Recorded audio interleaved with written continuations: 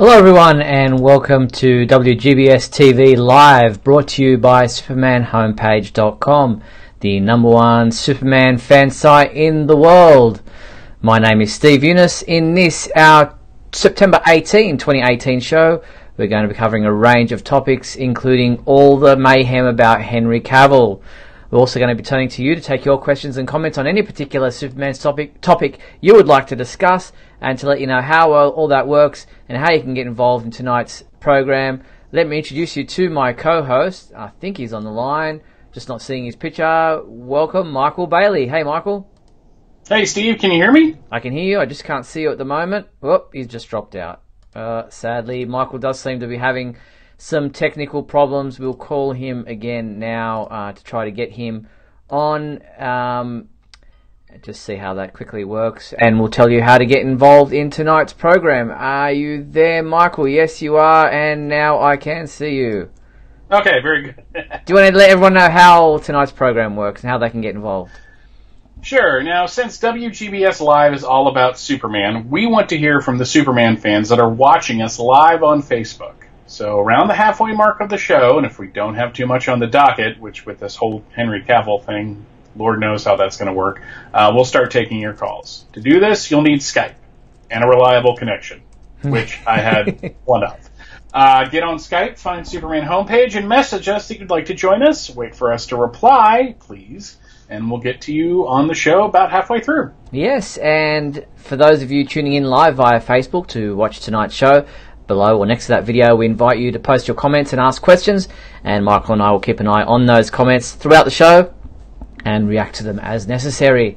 And a huge thank you to our sponsors and patrons, Tina Murray, Douglas Meacham and Henry Bernstein. We appreciate your support. Well, Michael, we had a bit of a drama last week, and I thought it was going to be the same thing this week, and it still may, depending on how your internet connection goes, but it was quite a novel experience talking to myself last week. You get used to it. Yeah, I am sorry about that. It's just we've been having problems with our satellite TV. We've been having problems with our internet. It's just been apparently this was just the week for stuff, but hopefully everything's worked out okay and we're doing good. There you go. All right. Well, as we've been alluding to, there's been a lot of hoo-ha this week about what's happening with Henry Cavill. Now, let's just kind of quickly go through what we do know and try to sift through the rumours and speculation and get to the crux of exactly what is the truth and what is rumour. And this is how it all began. There was a report on The Hollywood Reporter on September 12th, this Wednesday, September 12th, so kind of just after we'd finished our last week's program. They published an article stating that talks between Henry Cavill's people and Warner Brothers had fallen through in regards to his cameo appearance in the Shazam film. Now, they also said that that was kind of, that's it, that would have, you know, kind of ruined the relationship and everything had soured, and that Henry Cavill would no longer be playing Superman in any future films. Now, Warner Brothers, well, firstly, Henry Cavill's manager came out on social media and said, listen, Henry, the cape is still very much in Henry's closet. He's still very much Superman. Wait for a statement from Warner Brothers. Now, Warner Brothers came out. They released a statement saying, no decisions have been made regarding any upcoming Superman films. They also went on to state that they've always had a great respect and for and a great relationship with Henry Cavill, and that remains unchanged. So therefore, kind of putting aside or putting to bed the rumour or speculation from The Hollywood Reporter and others that the relationship had soured and that there was no longer a relationship with Henry Cavill. But that's still in place, and Henry Cavill is still very much a Superman fan and still very much wanting to play Superman. Then he came out with a response on his social media. It looks like Michael has dropped out again, so I will just put that on my window and hopefully Michael can get back online. So Henry Cavill came out with this video in response to that, and it kind of made things a little bit worse. Have a watch.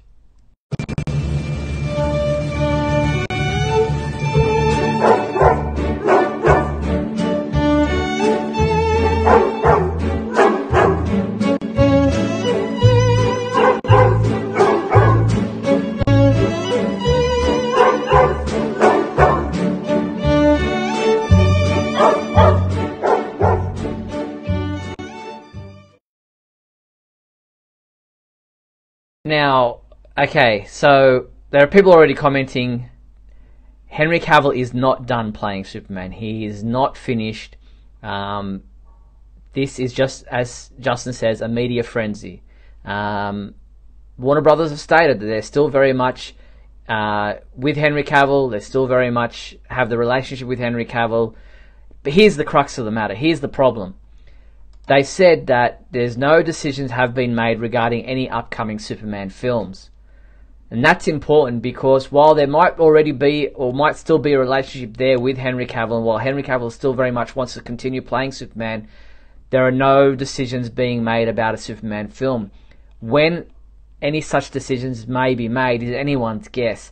So the problem is for Henry, whether there's a relationship there with Warner Brothers or not, and whether he wants to play Superman or not, time might be his greatest enemy, because let's face it, these movies take time to make, and he's already 35 at the moment, so there is very little chance of him being Superman for very much longer, considering his age. Look, he's still in great shape, he still looks fantastic, so there is nothing saying that you can't play Superman at age 40. The problem is that if there is no plans in place and nothing ends up happening soon rather than later, then it might just end up being time that gets in the way of Henry ever playing Superman again, because of the fact that he is getting up into his late 30s, and usually they like to have a Superman who's a bit younger than that. Now, the story could be the whole reason about where it goes. As Patrick in the comments states, Amy Adams is 44. So there's that issue as well. And while she might not look her age, the actors who are in these roles and have been in these roles since Man of Steel are aging. And therefore, time, as I said, may be the biggest obstacle, the greatest hurdle that is in the way of these actors continuing on in these roles, because these films take time to happen. And therefore, that may be the only reason Henry doesn't play Superman again. As for the cameo appearance in Shazam, I believe it was only 2 lines that he had to say. And so, therefore, the negotiations of him getting back into shape for the role, yes, he's always in the gym and he's always keeping pretty fit, but it is a pretty arduous task to play the role of Superman and get in the shape of Superman. And therefore, to do all that behind-the-scenes work and get into shape for the role for only 2 lines may not be something that Henry is wanting to do for the amount of money that they're willing to pay him, and maybe the amount of money Warner Brothers wants to pay him is just nowhere near enough.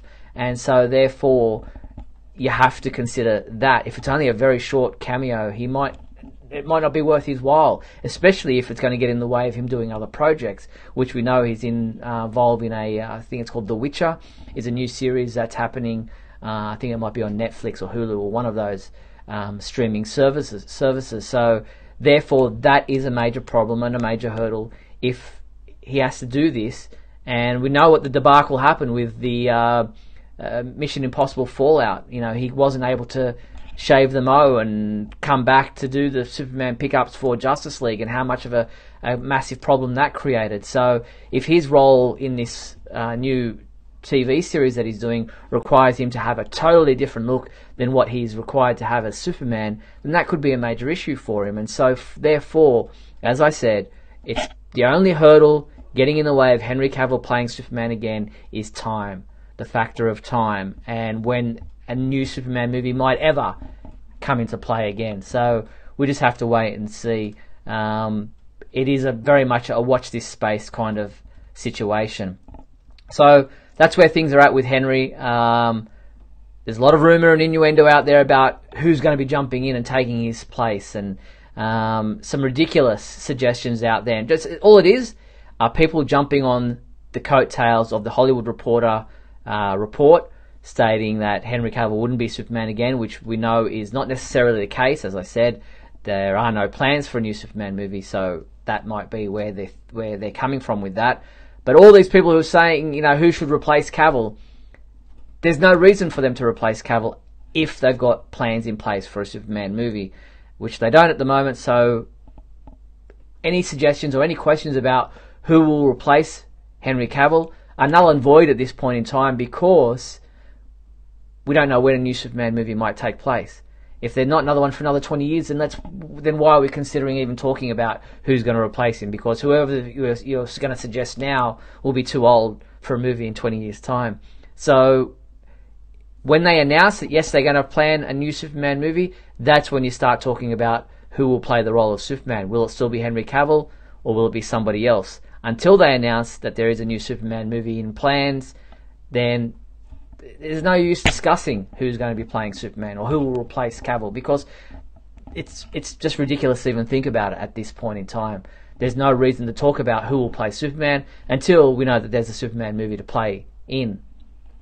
So let's put that behind us and move on. There's no reason to discuss who is going to replace Cavill, because Cavill is not being replaced until a new Superman movie is in the works, is being planned. Alright, well, Michael sadly still hasn't got his internet access working again. He's offline through Skype, so I'm going to just have to continue to push through and try to carry the show on my own and react to your comments. So let's wait and see. Some of your comments. People are talking about, as Deadline report, Michael B. Jordan replacing Henry Cavill. Where's that coming from? Who knows? I mean, he's already played a couple of superheroes already. I'm not going to get into the issue of race and colour. Superman has a particular look traditionally. Doesn't mean that he couldn't be black, Asian, Australian. I mean, it doesn't really matter. It could be anybody. Until we know what Superman movie they're going to make, then you cast the Superman for that film. There's no need to recast anybody at this point in time, as I said, because there is no movie being made. So you can put aside any of those, rumors or speculations at this point in time, because it's ridiculous to think about. All right, let's get Michael back on. I'm trying to call him now. It seems to be back online. So Michael, are you there? I am here. Okay. So, yeah, as I said, no reason to talk about speculating about who's going to replace Cavill or if Cavill will be replaced, because there is simply no Superman movie being made at this point in time. Yeah, it was really weird how everything just kind of snowballed. As I said, it's just people jumping on the coattails of the original report, trying to get their own, clickbait. But I'm surprised at the Hollywood Reporter, because usually they're a little better than that, But it's just so many things kind of coalescing at once to make for a weird thing. And then I'm sure you just talked about this, like Henry's weird video thing that he did and all that. And it's just like, I guess absence of any fact, people were just filling in with what they wanted to happen. And it was just really strange. So there's no need to speculate, because until a Superman movie is announced, there's no need to talk about who will play Superman, because as I was saying, if there's not a Superman movie for another 20 years, then talking about who will be Superman now is null and void. If there's one announced in 2 years from now, then you might be able to talk about, is Henry too old? Is Amy too old? Is the current cast too old? Are they resetting? Are they rebooting? And that's when you start talking about what the story is, who the actors will be. It was amazing, though, to watch not only like different websites and such, but different podcasts like jumping on this and like releasing like, well, who can replace him at this point? And it's just the main takeaway I had is that everyone cares about Superman when it's convenient. Yeah. And when it's not, or when the movie's coming out and, Superman fans want to argue with themselves, but it just seems like everybody else is just like ho-hum, and then suddenly there's a recast, the rumor of a recasting, and, everyone wants to jump on this. It's just kind of funny and sad at the same time. Yeah, so that's where things are at. There's nothing solid with no plans to play Superman, with no plans for a Superman movie in place. Talking about who will be playing these characters is kind of, not a non-subject at the moment. Nicolas Cage got involved in his thoughts. Obviously, when he gets interviewed, people want to know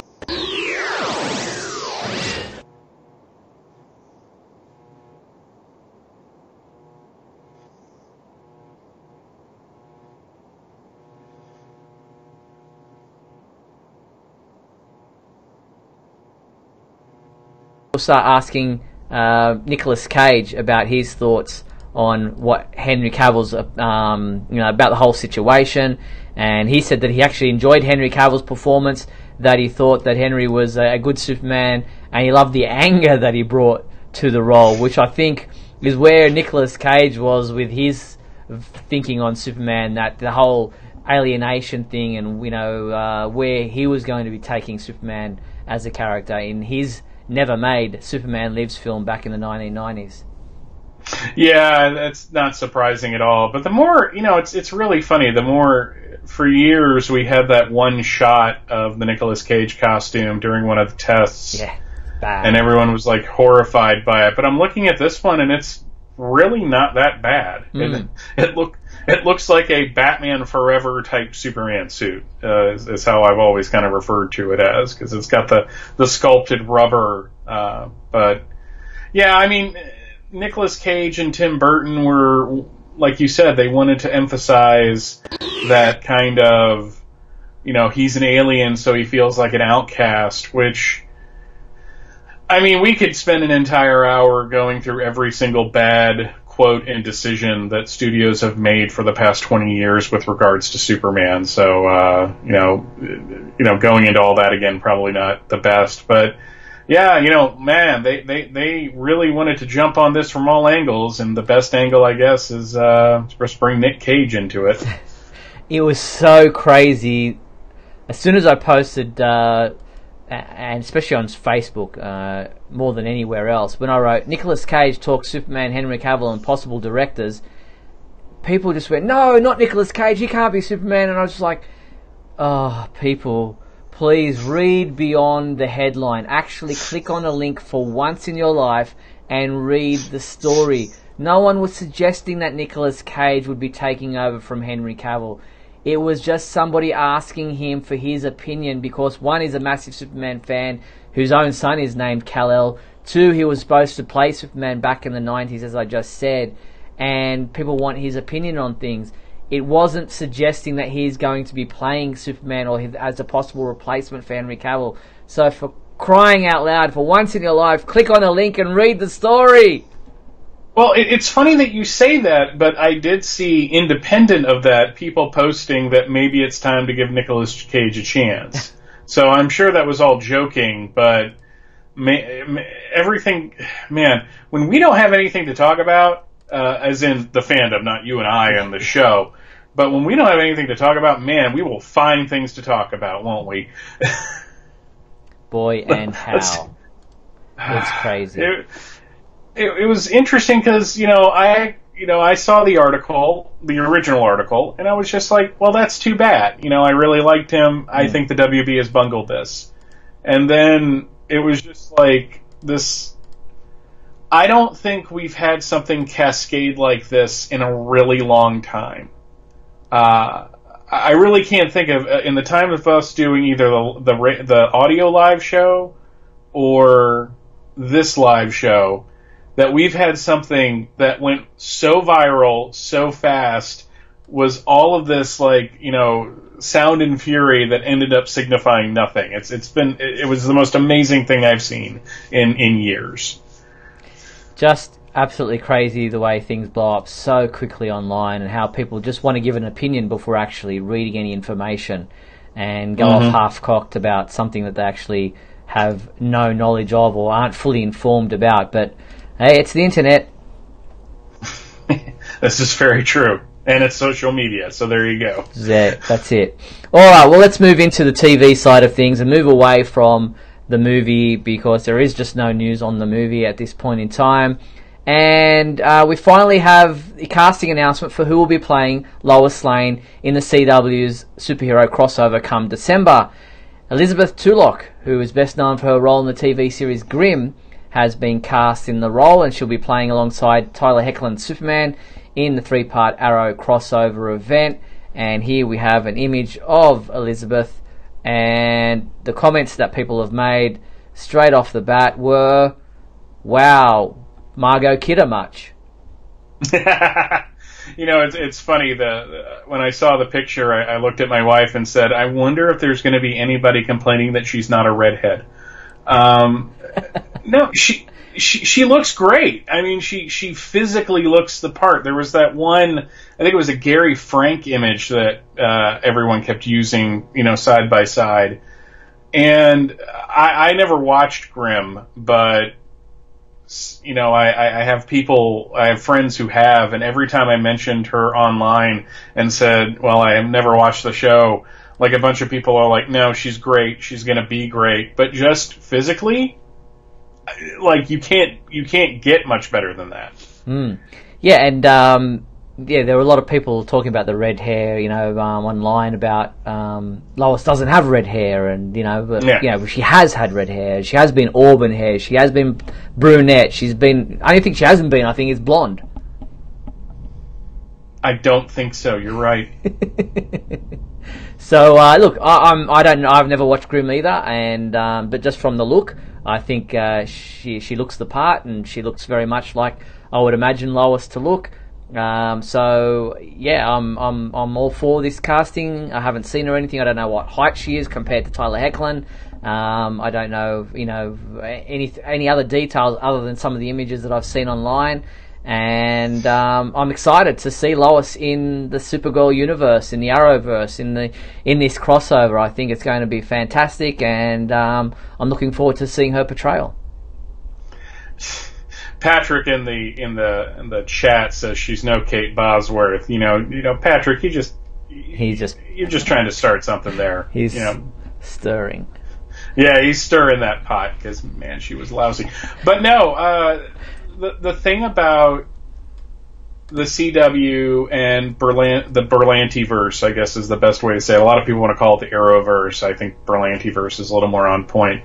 Is, to my mind, in watching all of the shows and then watching Flash and Supergirl more regularly, the only misstep I have seen is Red Tornado. I thought their take on Red Tornado in the first season of Supergirl was not all that good. But every casting decision they've made has been pure gold. I mean, Tyler Hoechlin just knocked it out of the park with his performance. So if if this team has picked this actress, then I'm just going to go in assuming that it's going to be great. And I'm just saying, you've got Clark and Superman, you've got Lois, not too much else that you need to cast. And I'm not saying that I want a Superman show. I'm flat out demanding one at this point. I'm with you there.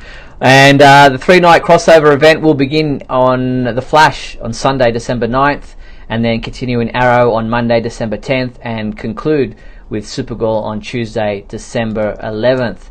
But we also got some photos of the very first Supergirl episode for Season 4, which is titled American Alien. Not to go to a Mark Lax reference there for you. Not Mark Lax. What was his name? The guy who... Landis.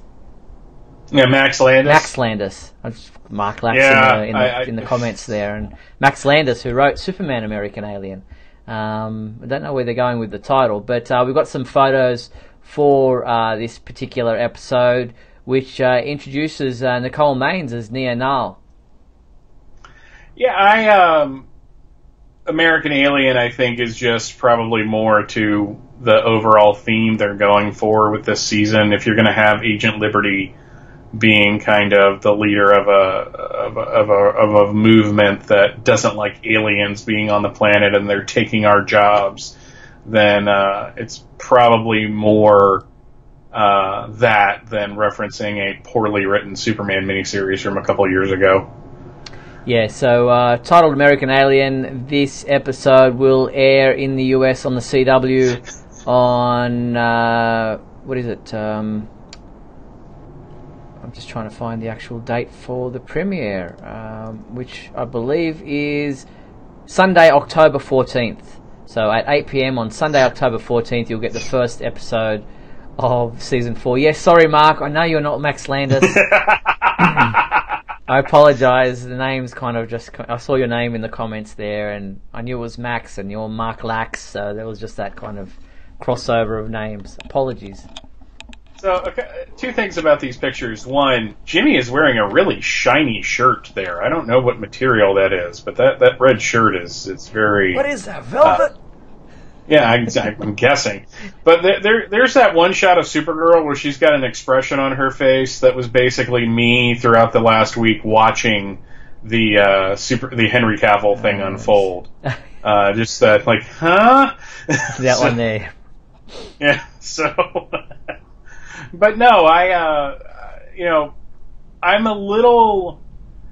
not so much nervous about this season as I'm kind of worried that we're going to get like a repeat of the second season where it starts off really strong, but then kind of peters out in the story. But, I've been proven wrong before. I have a feeling from everything that they've been kind of showing in terms of the advertisements and such, this season could be a little darker than the previous ones. And what I mean by that is more... not everything going as well, but that was the feeling at the beginning of last season, and it all turned out fine. So it's just kind of weird. Yeah. All right. They also released, the CW released a poster image for season 4 of Supergirl, and the poster has the slogan "A Force Against Fear." Now, there's a couple of ways to read this. My initial impression was this whole thing, as you said, about the anti-alien movement that's supposedly going to be a pretty strong focus with Agent Liberty and his parents, which we'll get to in a second. But also the whole Red Son, or Red Daughter, if you like, storyline that they're going to be going with is very prominent with the whole Red thing. And then somebody else said, what about Red Lanterns with the fear thing? So it was like, wow, I don't know which way they're going with this. Well, it would be amazing if they introduced the concept of Red Lanterns before Green Lantern made an appearance. But with this CW verse, anything's possible at this point. We once said that they would never do Superman. They've done Superman. The only thing I'm going to say definitively is we're probably never going to see like a straight up Batman. But then again, I could be proven wrong on that too. So yeah, and as Mike alludes to in the comments, Red Lanterns aren't fear so much, but more rage. So there could be a stretch there. That was a pretty good storyline in her book, though. When she became a Red Lantern, so it was kind of like the ultimate personification of the rage that they had been doing with the character for the longest time. That thankfully they've kind of moved away from. And just some comments in the Facebook thing there. Wouldn't it be funny if someone's cat turned into Atrocitus? Or Dexter the Rage Kitty. I love Dexter the Rage Kitty. There you go. So, alright, let's have a look further at Supergirl with a new video that they released promoting the whole Sunday night thing that they've got going. As you know, Supergirl moves to Sunday night for Season 4, and it's being teamed up with the new Charmed series, a reboot of the whole Charmed concept. And they posted this video talking about powers.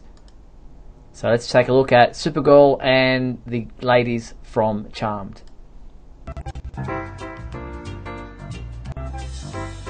So, Macy, your power is... I can move stuff with my mind. Demonstration, please.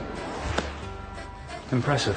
Maggie, what is your power? I can read minds. Very well. What number am I thinking of? 8.93 to the power of 6 million. Lucky guess. Mel. I can freeze and unfreeze time. Does that come in handy? When I want to put funny hats on people. Yeah.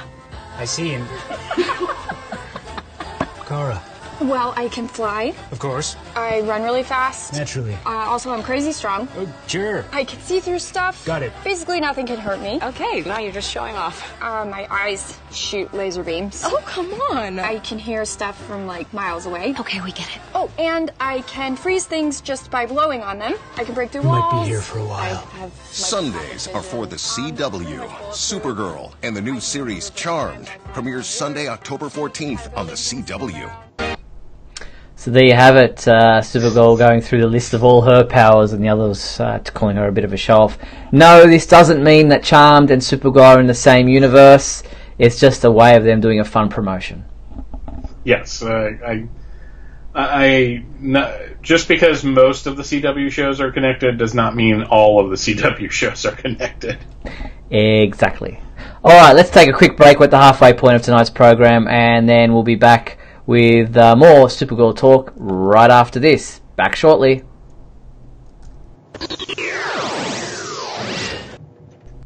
We'll be back in a moment with the exciting climax of today's episode. So stand by.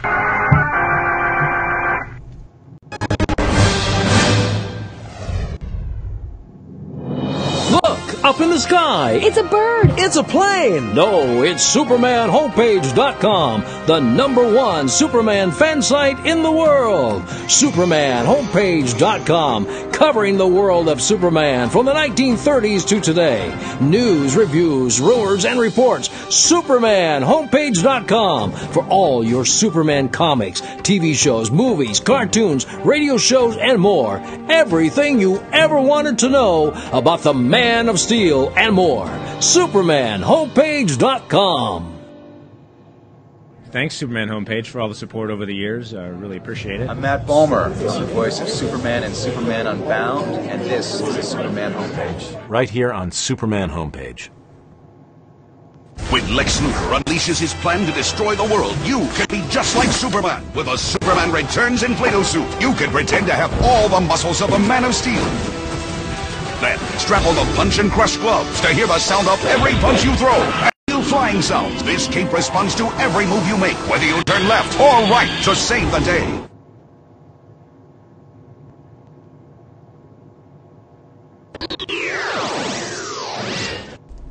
And we're back on WGBS TV Live, brought to you by SupermanHomepage.com. And I've got one of those crowbars that when you bend it, it makes a noise. It's really cool. Yeah, when he was breaking through the styrofoam, all I could think of was, man, I really need to get that so I can make myself like a little recording box, that dulls the sound. But, whatever. Alright, now continuing on with our Supergirl discussions, there have been a number of casting announcements this past week, and especially in regards to Agent Liberty's family. Now, as we know, Agent Liberty is being played by Sam Witwer, who played Davis Bloom on Smallville, and he's being cast to play the role of Ben Lockwood, aka Agent Liberty. And that was a couple of weeks or a couple of months ago. Now we know that Xander Berkeley, who currently appears as Gregory on The Walking Dead, will be playing Peter Lockwood, father of Ben Lockwood, and says here that he's described as a middle-class factory owner struggling to make ends meet in a world that's rapidly changing due to the rise of aliens from outer space living amongst us. He's proud and single-minded, a family man who's dedicated his life providing for people. The seeds of his discontent sows the beginning of an anti-alien wave. Well, at least they're putting some thought into why Agent Liberty is the way he is, though there's something that sits a little weird with me, that just because somebody's blue collar and somebody owns a factory, that we're going to cast that in kind of a villainous light. This is why he's racist, essentially. I guess, again, it's going to be all in how they play it, but Mike Zuma says that Xander Berkeley plays a great a-hole, so he's not wrong on that. So again, at least the casting is good. I'm really uncomfortable. I guess I haven't gotten over this whole Agent Liberty thing. I'm still upset about it. Yeah, no, fair enough. I understand where you're going with that. And then just yesterday, I think it was, they announced that Sarah Smythe, who's appeared in things like 50-50, Percy Jackson and the Olympians, The Lightning Thief, and Lockdown, and Smallville, has been cast in the role of Lydia Lockwood, the wife of Ben Lockwood, and the character Xander Lockwood, Peter Lockwood, and the mother of Sam Witwer's character Ben Lockwood. And we don't know yet whether or not her character will have the same feelings about this whole anti-alien movement, or whether she'll be in a different mindset than her husband. It would be in line with how the show works, but she is extremely young looking compared to Xander Berkeley. Yeah, I believe she played the wife of one of the on Smallville. I wonder who the wife of, was it somebody, one of the army people, or I don't think it was Lois's father's wife. I'm not sure who exactly she played, but I'll quickly look it up, and maybe somebody in the comments can let us know what her role was on Smallville while we continue to chat. But yeah, she does look a lot younger than Xander does. But yeah, she's going to be playing the mother of Sam Witwer's character. Maybe it's a flashback thing. Yeah, maybe she died years ago, and then we're going to be dealing with her exclusively, like in memories and such. Yeah, that could definitely be a possibility. And we don't know what that will be. And just quickly looking, she played Susie Turpin, so she played Dan Turpin's. Would that be his daughter? Susie and husband Dan were holding a barbecue. Okay. Yeah, so she played Susie Turpin on Smallville way back in season 8 of that show. So there you go. Looking forward to seeing her in Supergirl season 4, which, as I said, starts in October on a Sunday now. So be mindful of that. Now, the third season is available on Blu-ray and DVD as of today. So if you are a fan of the TV series, I got my copy last week of the Blu-ray collection and posted my review up on the website, mainly looking at all the bonus material and extras. And all 23 super episodes are in the collection, including the whole crossover from the CW's crossover last season. And the show's 2017 Comic-Con panel is also in there, as are blooper reels and other featurettes. And I'll just quickly get rid of that image there. And we're going to quickly play a deleted scene that is also included in this collection. I'm going to play that for you right now if I can find it. Doesn't look like I do have it there. Where is it? Oh yes, Quality Time with Pops, a deleted scene from season 3 of Supergirl. What happened to Mon-El? Oh, he escaped medbay and knocked out 2 guards. He's in containment? Yeah, I'm gonna go down there and see if I can talk to him. That's good. Good. I should have been there. Hey, how was Quality Time with Pops? It was fine. It was fine. Wow. I mean, that was convincing. That was... He thinks I work too much. I love you, Papa Bear, but I think he definitely has a point. I like the DEO. I like the work I do here. It's the most important job I've had since arriving on Earth. I've been here many lifetimes without him. Just trying to make things work. And he drops in and tries to tell me what to do. Accuses me of not enjoying my life. Do you?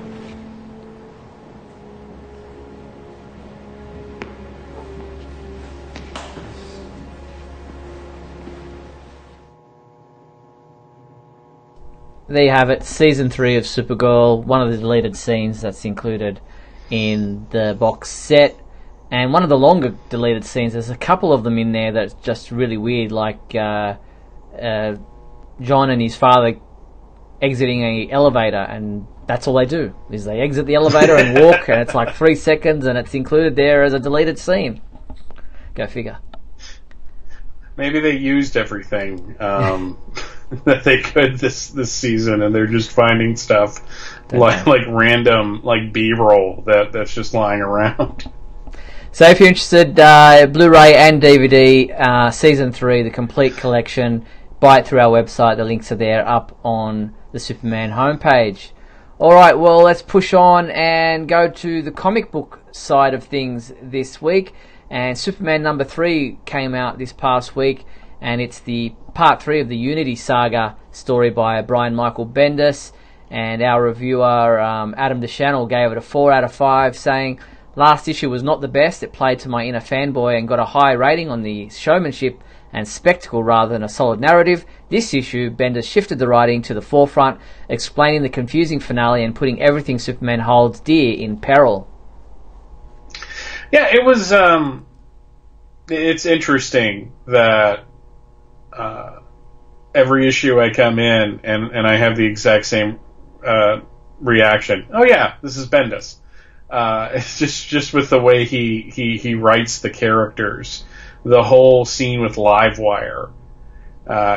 Just basically showing up and it being kind of played for laughs. And, where else are you going to show Batman with his cowl off, hunched over a toilet at one point in the book? And that basically, if I'm getting this issue right, everything is Star Labs' fault that they're stuck in the Phantom Zone. It has nothing to do with Rogol Zar, but he's just going to take advantage of it. Having said all that, the story is moving along nicely. This is an interesting concept.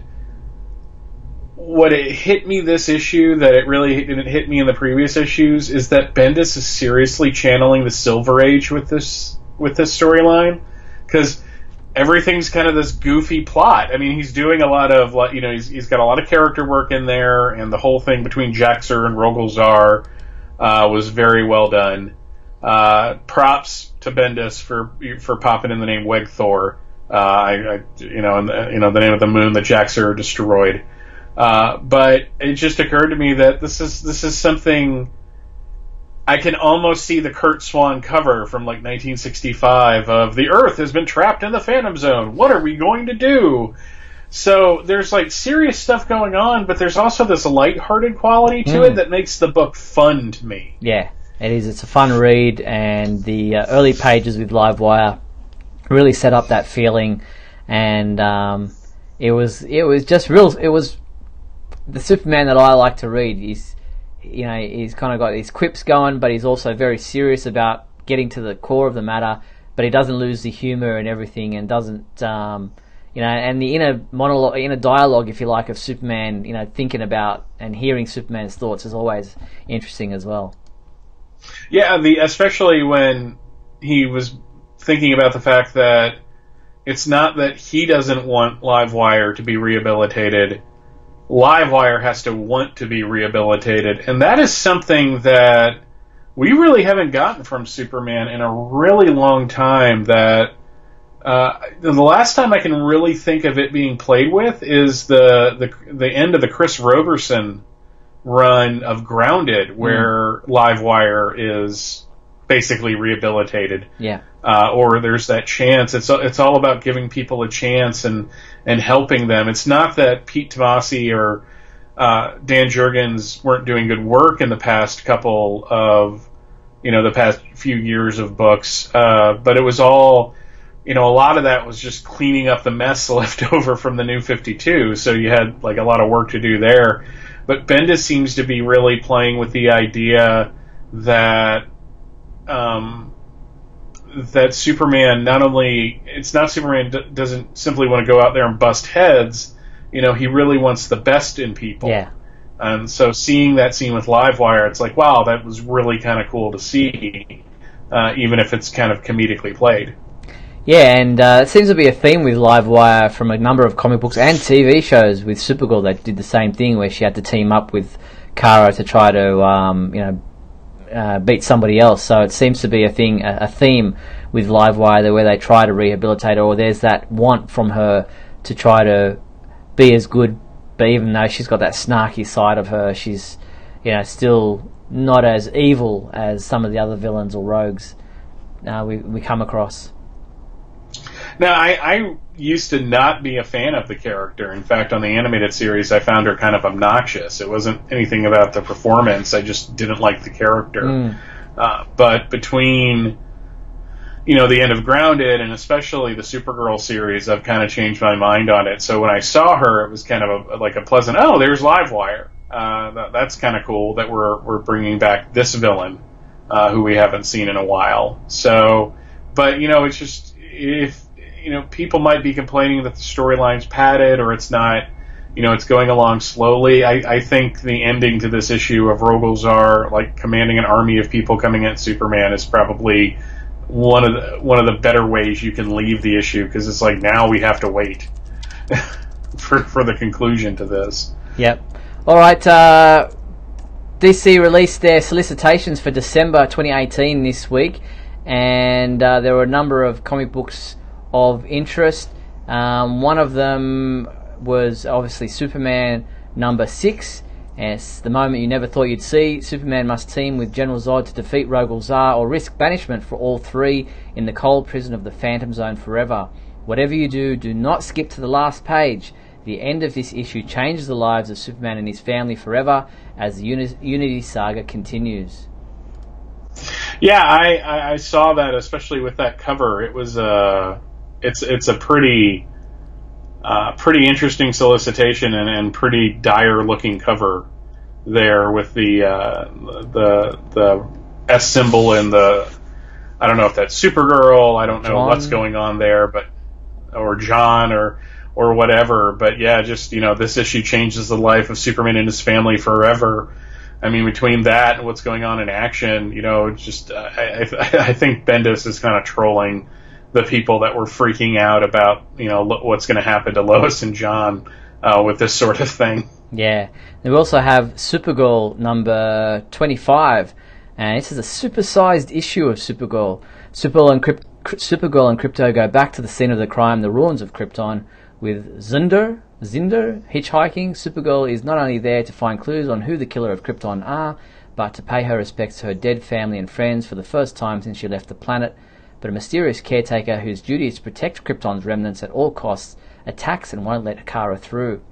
As if that weren't enough, the Kryptonian powerhouse and her superpowered pooch are stricken with radiation poisoning from the dead planet and must also fight their inner demons.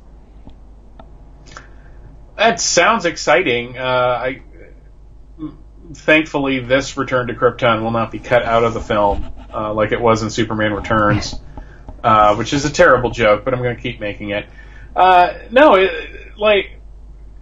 This run of Supergirl seems to be going in a really interesting direction, and I'm kind of glad that they're doing what they're doing with it. I just love the idea of Supergirl and Krypto, having adventures, in space, basically. And it's kind of cool that she's going back. It reminds me of that issue of Superman 18 that John Byrne did, where he went back to Krypton and with the help of Hawkman and Hawkwoman, and had the fever dream of what would happen if they had survived the planet hadn't been destroyed, but they went, or that he had convinced more people to go to Earth, and they basically the Kryptonians take over the Earth. And Jor-El fights against his own people. So I wonder if we're going to have kind of a repeat of that with this. Interesting. But only $1 extra for an extra-sized issue, so that's kind of nice. Yeah, cool. Now, if you're wondering, looking through the solicitations, where is Action Comics? Well, we found out from publicist Clark Bull that the solicitations for December 26th, it's a skip week. There's a shipping skip from Diamond Comic Distributors on December 26th, so comic books that were slated for December 26th will land on January 2nd, and I have a list of those comic books for you right here,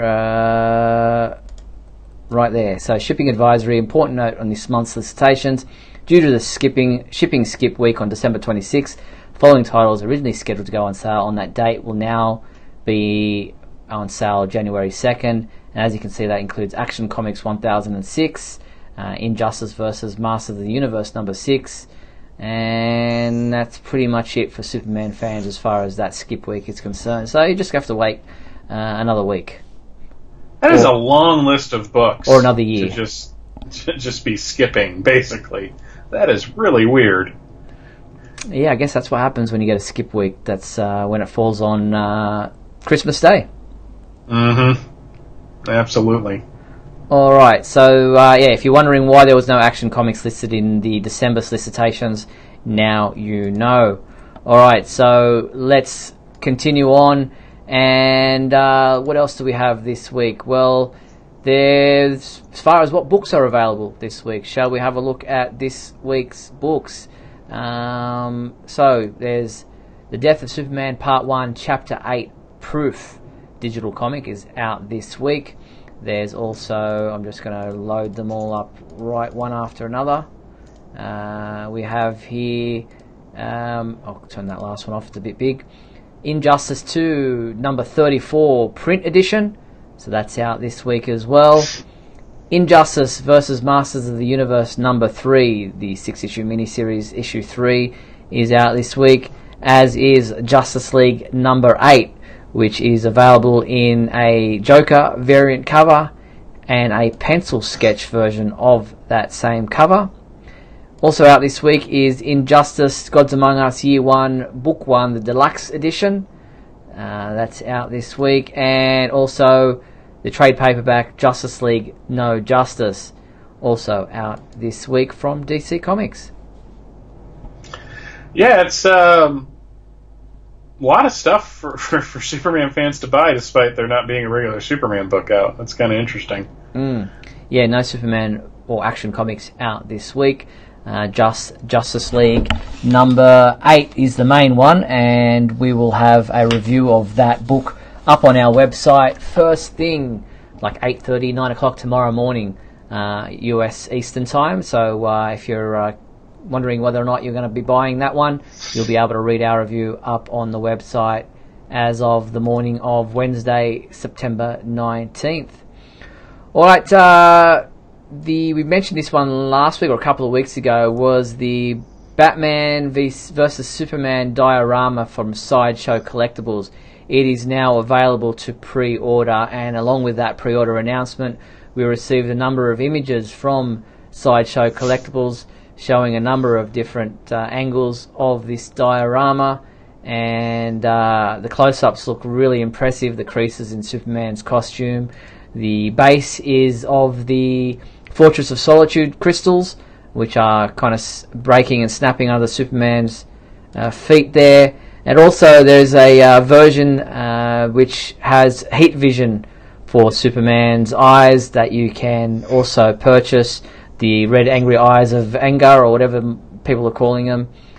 So that is out for pre-order right now from Sideshow Collectibles, and you can find the link up on our website if you're interested in purchasing that diorama, which, just quickly looking at the prices, I believe it's, let's have a look.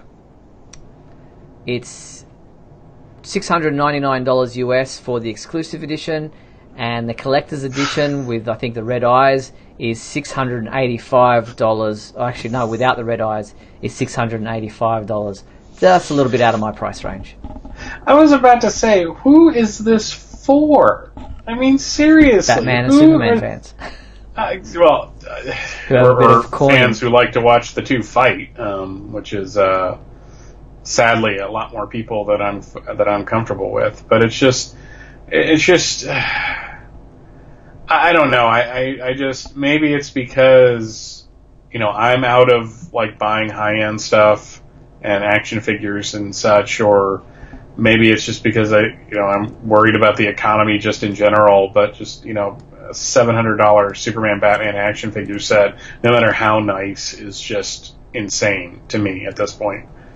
Yeah, I saw a couple of people said they'd pre-ordered it through when they saw the announcement. So wow, yeah. Mark says we need to be friends with them. Well, Mark says it's pocket change for him, so I'm guessing he's being tongue-in-cheek. The other thing I want to touch on before we finish off this week, or two things. The DC Universe digital streaming service has been launched, and it was like Batman Day a couple of days ago, and that's when the big launch happened. And every day since, they've been doing DC Daily videos on YouTube as well as other locations. Nothing Superman related, so really that much at the moment. But yeah, so people have been talking about it, about what TV series are on there, some of the older stuff, some of the comic books that are there, and have been impressed with it so far. Yeah, it seems like the comic end of it is, it's a curated collection, meaning that it's select issues. Yeah. And I'm kind of wondering if it's an attempt on DC's part to get people to like read a storyline and then want to read more, so they go out and buy stuff. Right. Buy the digital books, which I don't know. I really honestly think that DC needs to kind of get off hot, so to speak, and kind of do what Marvel's doing. Now, DC may have a completely different royalty and payout structure in that. I know digital sales are kind of an interesting, weird, new gray area, but it would be kind of nice to have, like, years and years of books to kind of get people to want to read them, especially. But it seems like there's Aquaman stuff available, and of course there's a whole bunch of Batman stuff available because Batman sells. No, I was more pleasant this Batman Day, this year on Batman Day than I have in the past. So okay. Daniel in the comments asks you, Michael, what's the most ridiculously expensive Superman collectible you've ever seen? I want to know what's the most ridiculously expensive one you've ever bought. The funny thing is that the one collectible that I have that I thought was ridiculous price-wise, I got pretty cheap, which was the Platinum Superman 75. Right. I don't know. I think these statues, like, really and truly, this Batman versus Superman statue for $700 is ridiculous. In terms of price, I wish I'd have to think about it. I really would. You can do a whole episode on it. Yeah, just in some of the stuff that they've put out. Remember the days of the Warner Brothers store? There was all kinds of high-end collectibles that were just like, wow, I don't think I need to pay that much for that statue. So, yeah, exactly. Yeah. Mm-hmm. Alright, well, the show is nearly over, but before we do sign off, I'd like to thank everyone for watching tonight's episode of WGBS TV Live, and wanted to thank everyone in the comments there live on Facebook, and a big thank you to you, my co-host Michael Baylor. I didn't think I was going to get you for the whole show again tonight, but after that initial hiccup, everything went smoothly after there. Yeah, we're going to have to be calling the phone company again, so yay! And a huge thank you to our sponsors and patrons, Tina Murray, Douglas Meacham and Henry Bernstein. Now, if you want to sponsor the Superman homepage and everything we do here, not just this show, but everything, then please head to patreon.com/Superman homepage. It's a simple matter of you can be doing it for $3 a month. That's all it takes to be a sponsor of the website. Now, the complete 1 hour video of tonight's show will remain available on the Superman homepage website and our Facebook page if you'd like to watch it back, or perhaps you missed part of the show. But we'll be back next week on Tuesday, September 25th at 7:30 p.m. Pacific Daylight Time for another edition of WGBS TV Live. Look forward to talking with you then. Until then, be sure to check out supermanhomepage.com for all your daily news updates on everything surrounding the Man of Steel. I'm Steve Eunice on behalf of myself and Michael Bailey. Thanks for watching WGBS TV Live, brought to you by supermanhomepage.com.